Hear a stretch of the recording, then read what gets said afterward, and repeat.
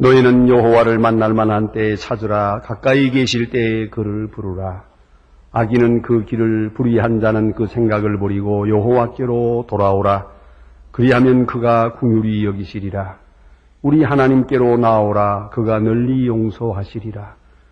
여호와의 말씀에 내 생각은 너의 생각과 다르며 내 길은 너의 길과 달라서 하늘이 땅보다 높음같이 내 길은 너의 길보다 높으며 내 생각은 너의 생각보다 높으니라. 하나님은 영이시니 예배하는 자가 신령과 진리로 예배할지니라. 아멘.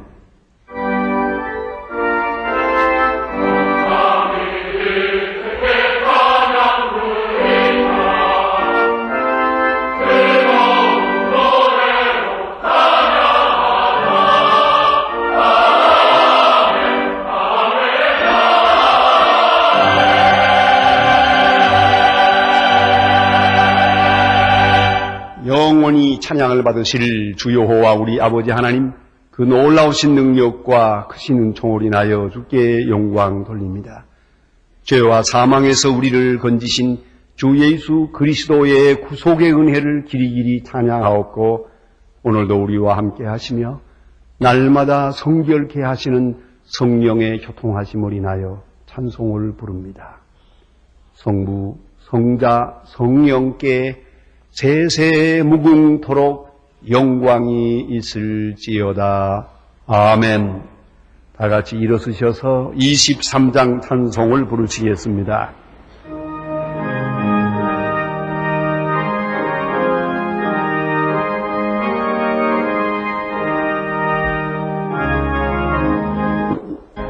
다 같이 고개 숙이셔서 겸손한 마음으로 참회의 기도를 드리겠습니다. 긍휼이 풍성하신 아버지 하나님, 이 험악한 세상에 살던 저희들이 다시 주님 앞에 나왔습니다.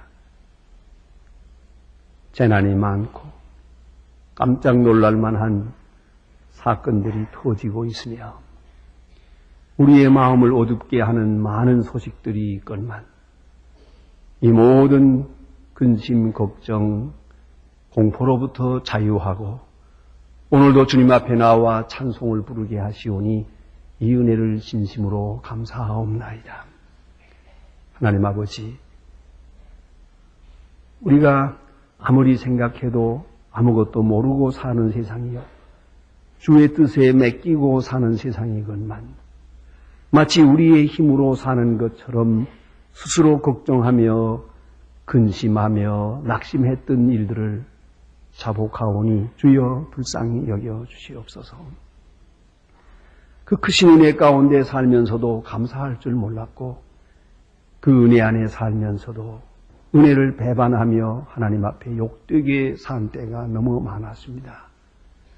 주는 우리를 한없이 사랑해 주시건만 우리는 사랑받지 못한 자인 것처럼 살며 주는 끝없이 우리를 보살펴주고 계시건만 우리는 스스로 버려진 자인 것처럼 근심하며 살아왔습니다. 이 모든 죄를 자복하오니 주여 불쌍히 여겨 주시옵소서.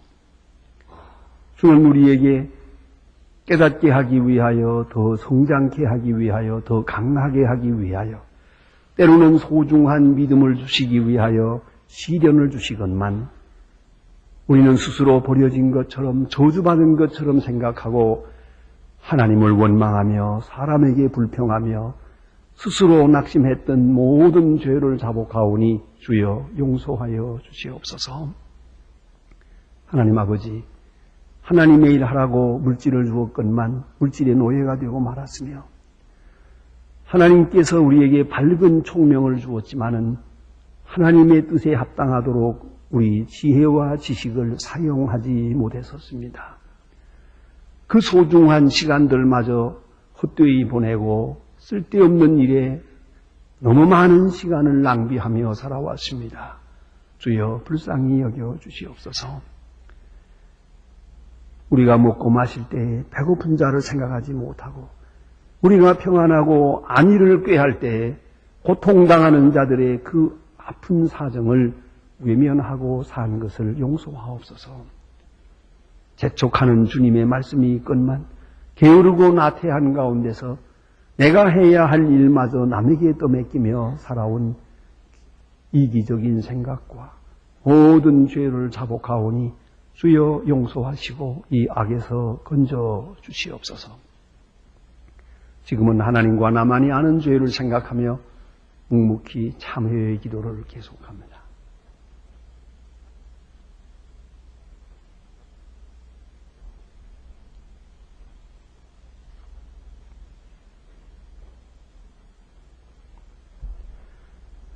사랑 안에 두려움이 없고 온전한 사랑이 두려움을 내어 쫓나니 두려움에는 형벌이 있습니다.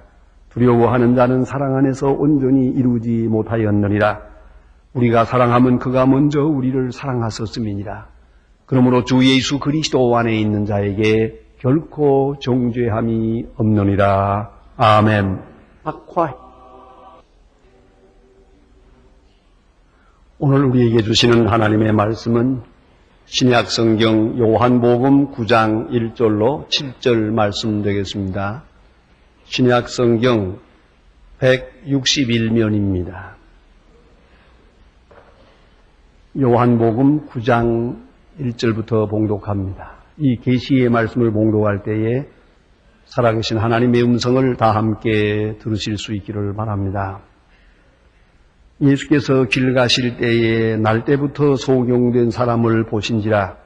제자들이 물어가로되 랍비여, 이 사람이 소경으로 난 것이 네 죄로 인함이오니까, 자기오니까, 그 부모오니까. 예수께서 대답하시되 이 사람이나 그 부모가 죄를 범한 것이 아니라 그에게서 하나님의 하시는 일을 나타내고자 하심이니라. 때가 아직 낮음에 나를 보내신 이의 일을 우리가 하여야 하리라. 밤이 오리니 그때는 아무도 일할 수 없느니라. 내가 세상에 있는 동안에는 세상의 빛이로라. 이 말씀을 하시고 땅에 침을 뱉어 진흙을 이겨 그 눈에 바르시고 이르시되 실로암 못에 가서 씻으라 하니, 실로암은 번역하면 보내심을 받았다는 뜻이라. 이에 가서 씻고 밝은 눈으로 왔더라. 아멘.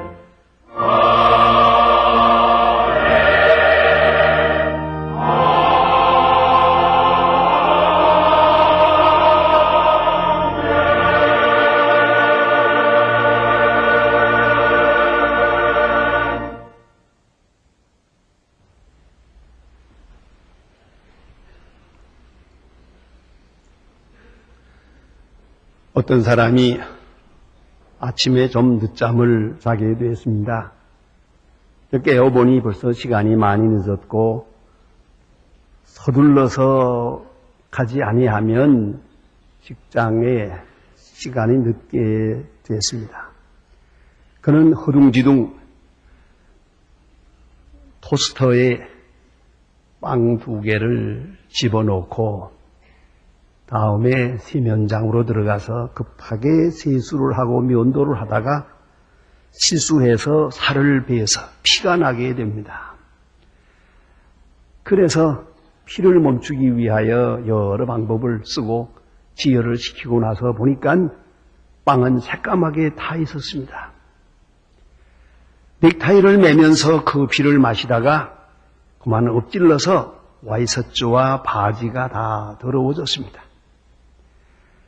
그리고 급하게 뿌리치고 나오면서 가방을 들고 쏜살같이 달려가다 보니까 옆집에 개가 무슨 도둑놈인 줄 알고 따라와서 바지를 물었습니다. 바지가 찢어졌습니다. 자동차에 올라타서 자동차를 시동하려고 보았더니 자동차 열쇠가 없습니다. 아무리 뒤져도 없어서 다시 가방을 온통 뒤져서 겨우 자동차 키를 찾아가지고 꽂아놓고 돌렸지만은 시동이 되질 않습니다. 그는 하늘을 우러러보면서 하는 말이 내가 어제 무슨 잘못한 일이 있나 라고 중얼거렸습니다. 이것은 미국의 어느 시간에 있었던 코미디 프로그램의 한 장면입니다. 여러분, 우리가 당하는 일 가끔 보면은 이상하게 되는 일이 없거든요. 이래 안 되고 저래 안 되고 그럴 때 우리는 무엇 때문일까?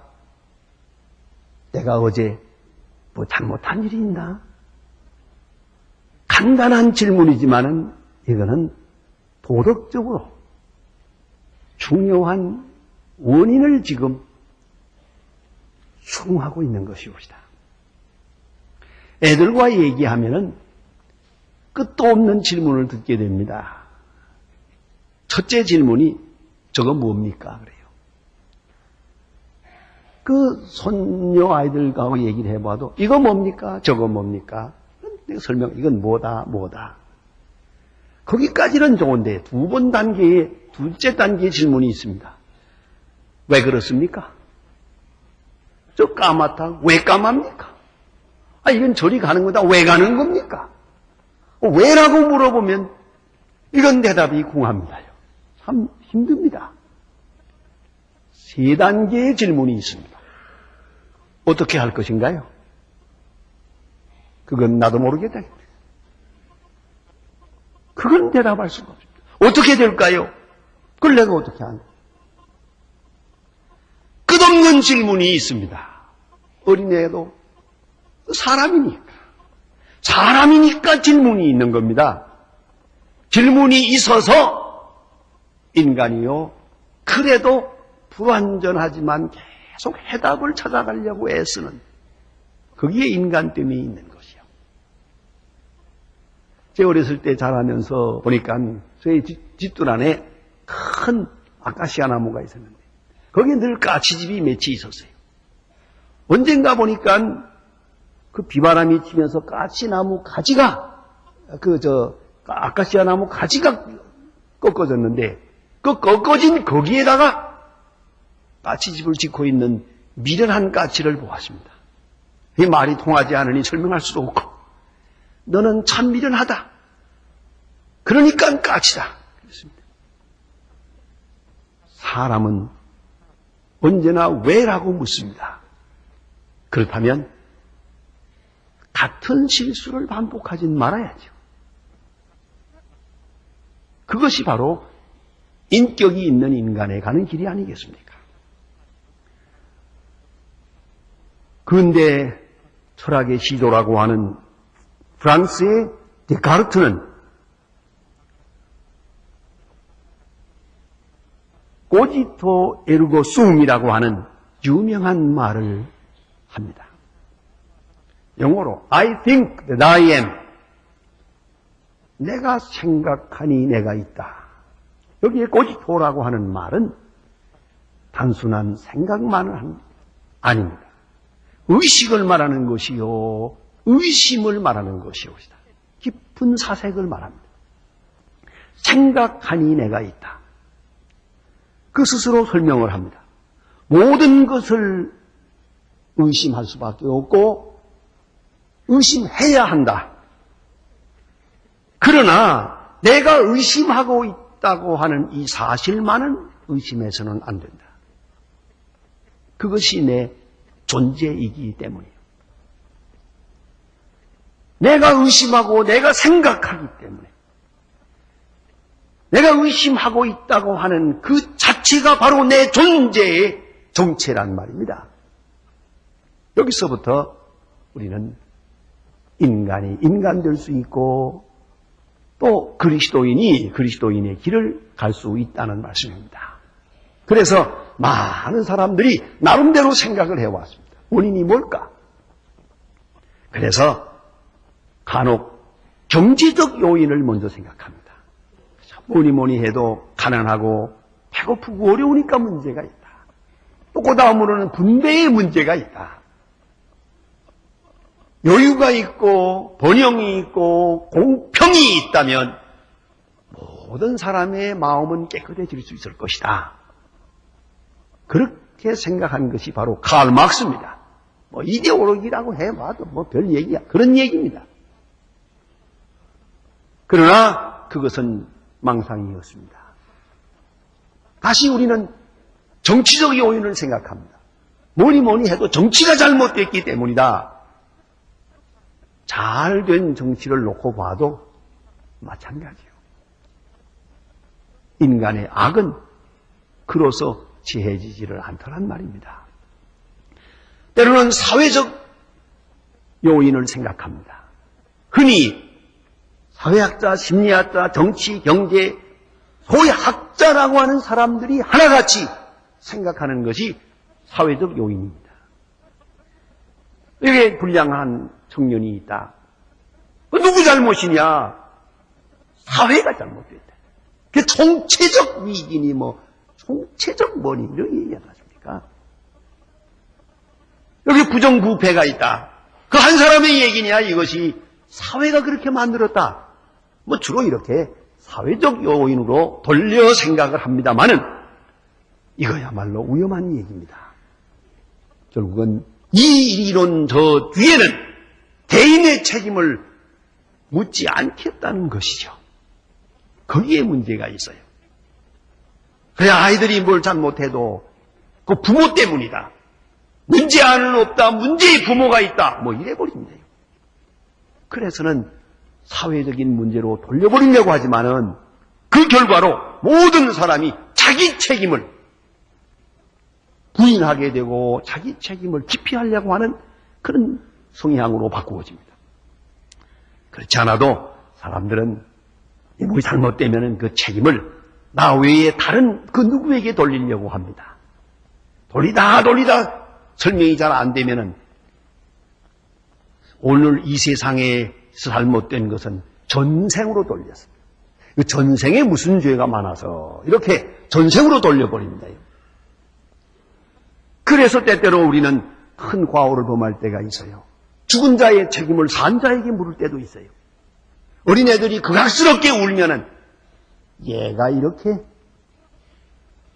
극악스럽게 울고 못된 아이기 때문에 얘 엄마가 죽었다고 합니다. 엄마 죽은 것을 이 아이 책임을 돌리는 거예요. 어떤 때는 며느리가 마음에 안 들고 말대답이나 좀 하고 그러면 며느리 욕하면서 하는 말이 그냥 무서운 말이 그거 아닙니까?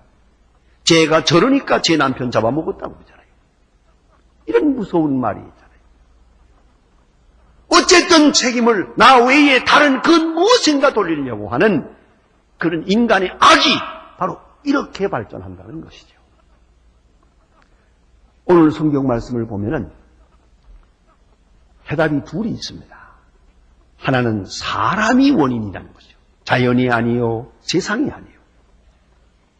원인은 사람. 누구라고 하는 것이고요. 두 번째는 누구의 죄입니까? 도덕적 요인을 말합니다. 죄가 있어서 세상에는 불행이 있고 고통이 있고 환란이 있고 질고가 있다는 것이죠. 죄라면 그러면 누구의 죄입니까? 라고 하는 질문이 여기에 있습니다. 그래서 간단히 보면은 두 대답이 있고 두 질문이 있어요. 일단 사람이 원인이다 생각하고 그 다음에는 죄가 원인이라고 생각했어요. 이것은 이미 이스라엘 사람들이 가지고 있는 결론입니다. 이렇게 도덕적으로 결론을 내리고 그 다음 구체적인 문제가 따라옵니다. 죄라면 누구의 죄입니까? 부모입니까? 본인입니까? 오늘 본문 사건으로 돌아가 보면은 만약 나면서부터 소경된 이 사람이 장님이 된 이 사건이 본인의 죄라고 한다면 나기 전에 무슨 죄가 있습니까? 만일에 부모의 죄라고 한다면 본인은 억울합니다. 한평생 부모의 죄로 인하여 이 고생을 해야 한다는 말입니다. 이건 있을 수 없는 일이옵니다. 특별히 이것이 하나님의 역사라고 한다면 하나님으로서 이렇게 해서는 안 됩니다. 이런 생각이 든다는 말입니다. 그래서 누구의 죄입니까? 묻게 된 것입니다. 예수님께서 길 가시다가 나면서 소경된 사람을 만납니다. 본인이 예수님에게 내 눈을 뜨게 해주세요라고 간구한 것도 없는 것 같습니다. 그런 흔적이 없어요. 다만 소경을 보는 순간 제자들이 물어봅니다. 문제를 제기합니다. 이 사람 나면서 소경된 사람인데 소경으로 태어난 것이 본인의 죄입니까? 부모의 죄입니까? 이렇게 묻게 됩니다. 심각한 질문입니다. 이에 대한 예수님의 대답이 오늘 본문에 있습니다. 묻는 자와 대답하는 자 사이에 정반대의 논리가 있는 것을 보고 놀라지 않을 수가 없습니다. 그것은 누구의 죄입니까? 라고 묻는데 예수님께서는 부모가 죄가 없다는 게 아니에요. 본인은 죄가 없다는 그런 이야기도 아닙니다. 문제는 오늘 이 사람이 장님으로 태어났다고 하는 이 사건 하나를 말하는 겁니다. 이 사건 하나는 결코 죄 때문이 아니요. 하나님의 하시고자 하시는 일을 나타내고자 합니다. 라고 말합니다. 여기에는 깊은 두 가지 대답이 있습니다. 하나는 하나님의 하시는 일이라는 거예요. 또 한 가지는 이것은 오늘의 문제나 과거의 문제가 아니라 미래의 이야기라는 것이죠. 많은 사람들은 소위 인과보응이라는 말을 많이 씁니다. 인과보응, 심은 대로 거둔다.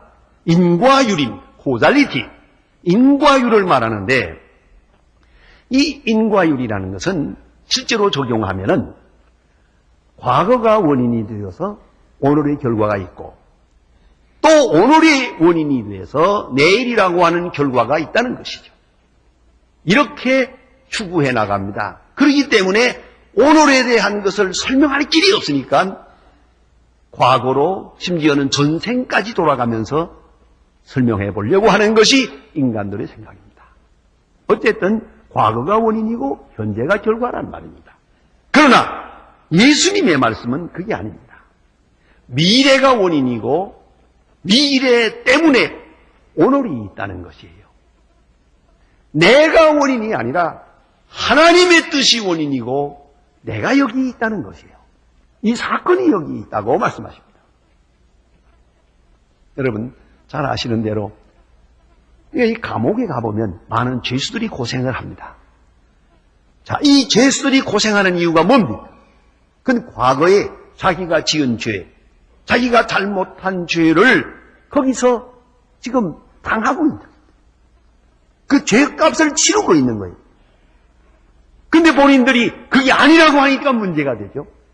내 죄로 인해서 내가 오늘 이 고생을 하고 있다라고 받아들여 주기를 바라요. 그것이 바로 교화하는 거란 말입니다.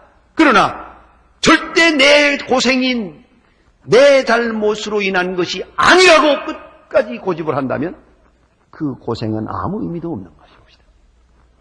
어쨌든 과거의 잘못 때문에 오늘 내가 감옥에서 고생을 한다.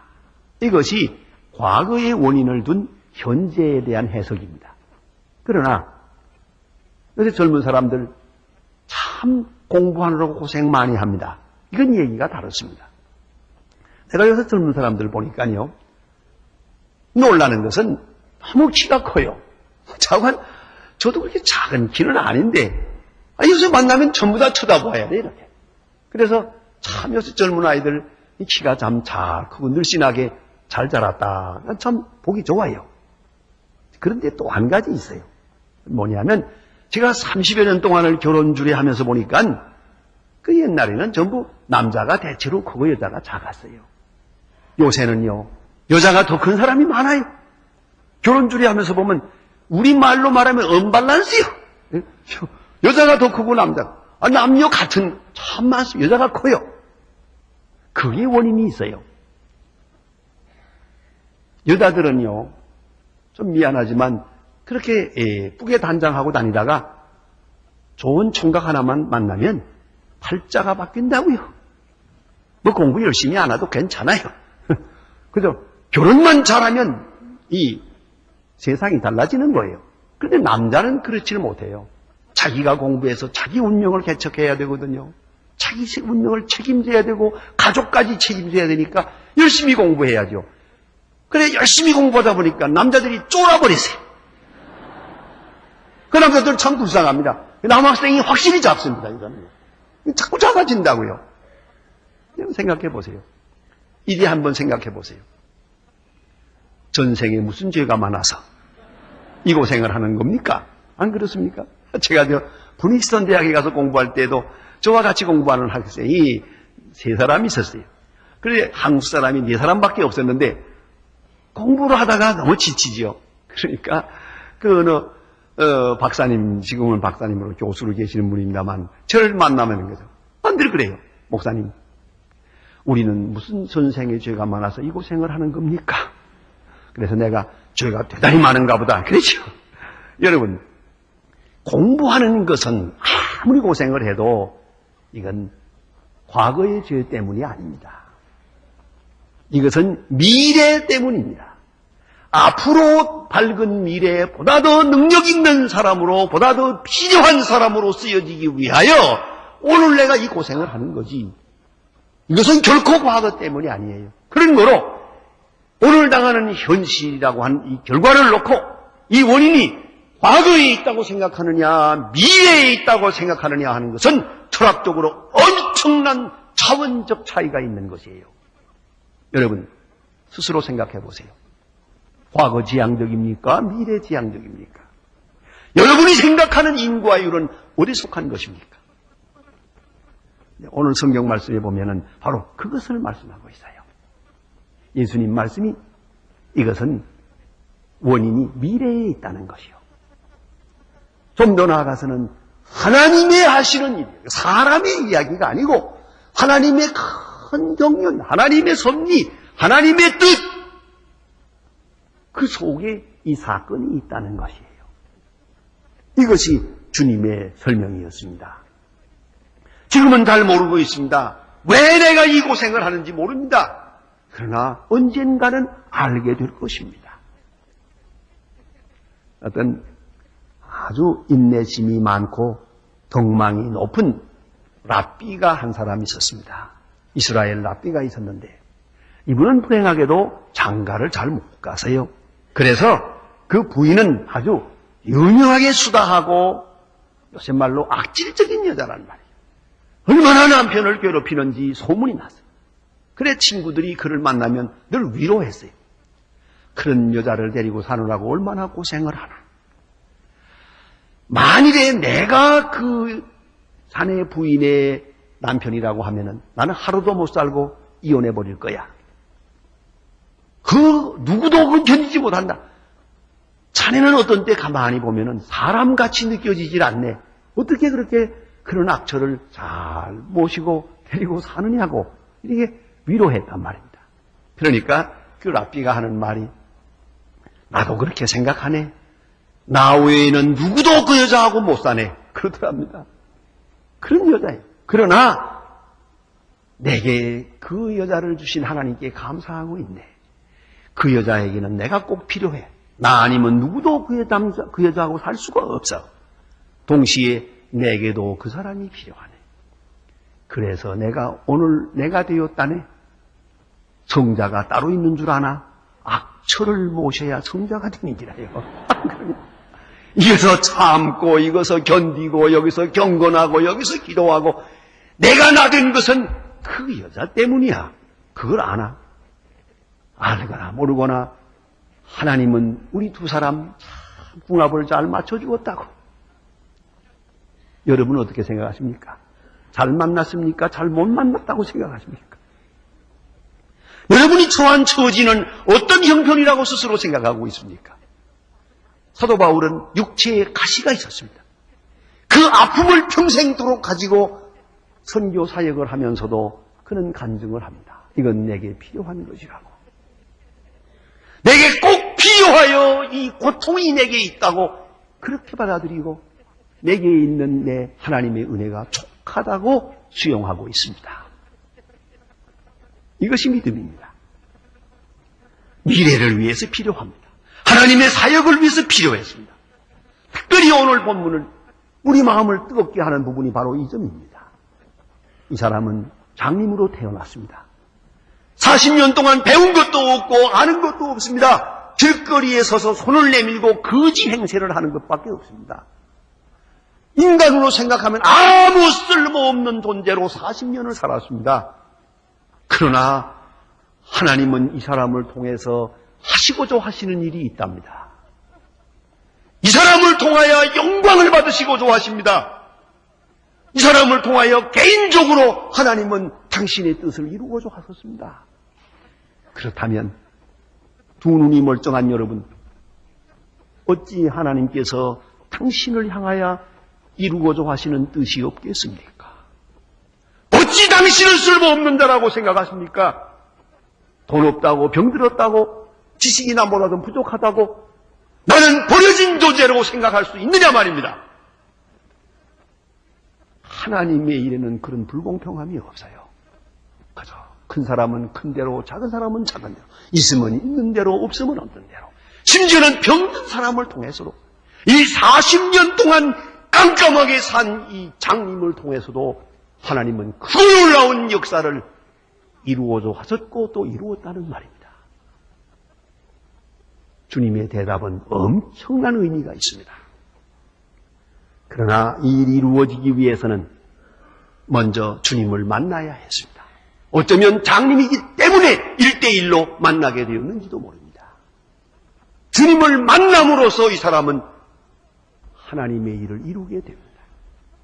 또 한 가지는 주님의 말씀에 믿고 순종합니다. 오늘 본문을 자세히 보면은요, 이 사람 너무나 좋은 사람이에요. 이 사람이 눈 뜨게 해달라고 소원한 것도 아닌데 저들끼리 제자들이 시비를 벌이는 거예요. 이 사람이 장님으로 태어난 것이 본인의 죄입니까? 부모의 죄입니까? 이거 장님은 또 귀가 밝아요. 이 들었잖아요. 얼마나 기분이 나빠요. 나 같으면 가만히 안 있겠어요. 이 나쁜 놈들아. 아니 그래, 내가 장님을 등이 내 죄라고 하자. 너희들은 죄가 없어서 눈 떴냐? 할 말이 많아요. 불만이 많은 사람이에요. 그런데 이 말을 듣고 조용히 수용할 뿐더러 예수님께서 침을 뱉어서 진흙을 이겨가지고 눈에 발라요. 이거 좀 너무하셨어요. 장님의 눈은 눈이 아닙니까? 아니 먼지만 들어가도 아픈데 그걸 진흙을 이겨서 눈에다 떡 발라놓고 당장 눈을 떠라고 하시든지 하지. 그게 아니요. 실로암에 가서 씻어라. 여기 보니까 실로암에 가서 씻어라 그랬지 가면 눈 뜬다 그것도 없어요. 이 말을 듣고 집행일을 짓고 실로암까지 가는 이 장님의 모습을 생각해 보세요. 아마 그랬을 거예요. 이거 일진 되게 사납다. 이거 어쩌다가 내가 오늘 이렇게 됐나? 그러나 스스로 거기까지 갑니다. 모든 의심을 극복하고 끝까지 순종을 합니다. 자기 손으로 눈을 씻고 활짝 눈을 뜨게 되는데 깜짝 놀랍니다. 부모도 놀랍니다. 모든 사람이 놀랐습니다. 여기서 하나님의 영광이 드러납니다. 여러분, 부조리하고 모순된 현실에 살고 있습니까? 답답하고 괴롭기만 합니까? 잠깐만 더 이 본문의 말씀 속에서 주님의 음성을 들으세요. 하나님의 하시고자 하시는 일, 장차 하시고자 하시는 일, 미래적이고 영원한 역사가 여기에 준비되어 있어요.